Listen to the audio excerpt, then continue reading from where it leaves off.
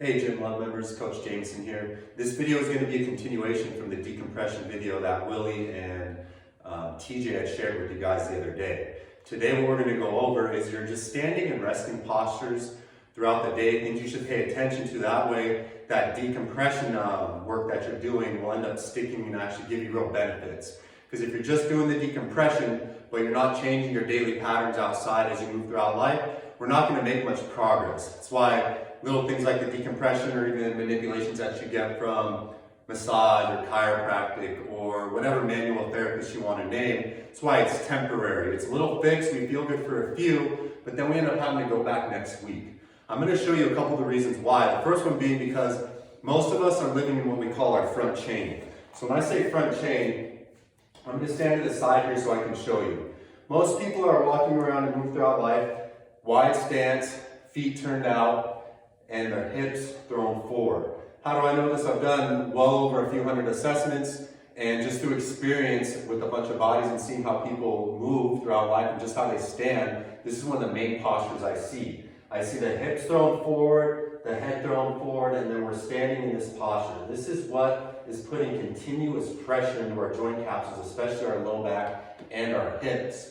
We have gravity constantly compressing us. So if we're here, now all the forces are being put into our joint capsules. Not just our hips and low backs, ankles, knees, spine, shoulders, everything's getting wrecked here.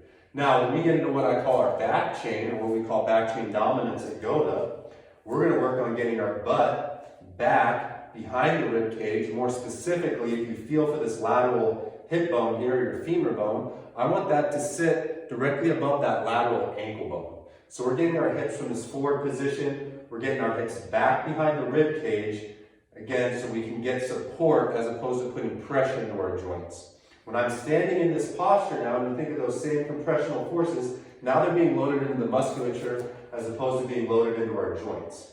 Now again, the issue is just standing like this. This is going to cause a lot of pressure to the back, but then we go walking from these same patterns. So every time we take a step, it's like these small little jabs to the hip capsule, front of the hip, low back, SI joint. You know, one of the things a bunch of the members had actually chimed in about when we asked what they wanted. And you guys said you wanted some information on how to deal with back pain and sciatica specifically. So if you're doing the decompression, great, but this needs to be coupled with awareness now outside the gym and how you're moving. The big thing again is going to be standing. So the other cues we're going to pay attention to aren't just the back chain dominance. Now we're going to start paying attention to the rest of the posture. Again, most of us are living in this pattern. And you can start looking around and observing for yourself. You'll start seeing how much of a pandemic this is, where people are standing very wide with their feet ducked out, which again invites us dumping to the inside edge of the foot that we'll discuss here in a second, and the hips forward. So the first thing we need to do, besides getting the butt back, is we need to get inside of our columns. And so how we do that at Goda is we think of just taking our fist and standing right about a fist width apart. That's inside our columns. This is going to stack everything nice. Get our feet right underneath our hips for a good base of support. Next, we're going to work on those duck feet, and we're going to get them to turn straight in and get the second toe straight. Another thing you can think of when doing this is getting the big toes just a little bit closer than the heels. So almost have like an A shape. And then the third most important thing with the feet and ankles that we're going to look at is this inside ankle bone. Most of us are living with weight to the inside edge of the foot. It's kind of just where pressure is going to funnel to, especially if we're standing wide. We're just going to start inviting this even more. So what we want to do, we get the feet straight, we get into the columns, and then we're going to take this inside ankle bone and we're going to lift it up nice and high, bringing the weight towards this outside edge of the foot. I'm going to bring this camera a little closer here just so everyone can see.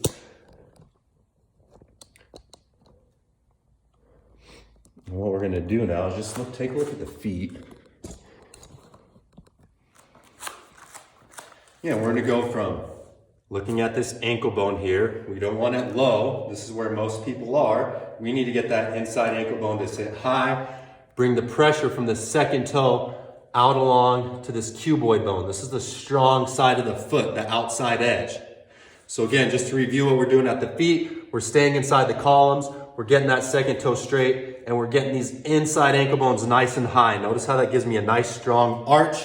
And we build domes and bridges with this arch structure because it's strong. It's not made to collapse. That arch in this foot is actually made to get more rigid as we put pressure into it. So just to review, these are the 4 cues you're going to start really paying attention to along with your decompression work. So keep doing the decompression, but again, start catching yourself throughout the day. Whether you're standing here, you're standing with weight to one side, whether you're standing with 1 foot out, just start noticing your patterns and then coming back to those 4 things I told you. We're going to get inside the columns, fist width apart, second toe straight, that inside ankle bone nice and high, and lastly, we're going to get the butt back and stand in our back chain so we're properly loaded to move forward through space. Because again, when we're on 2 feet, that's what we're waiting to do. We're waiting to move forward. When we're standing here, this is almost like we're falling backwards in the wrong direction. So again, get your butt back, keep your inside ankle bones high, and if you guys have any questions for me, feel free to drop a comment or personally DM me at the Lava Methods.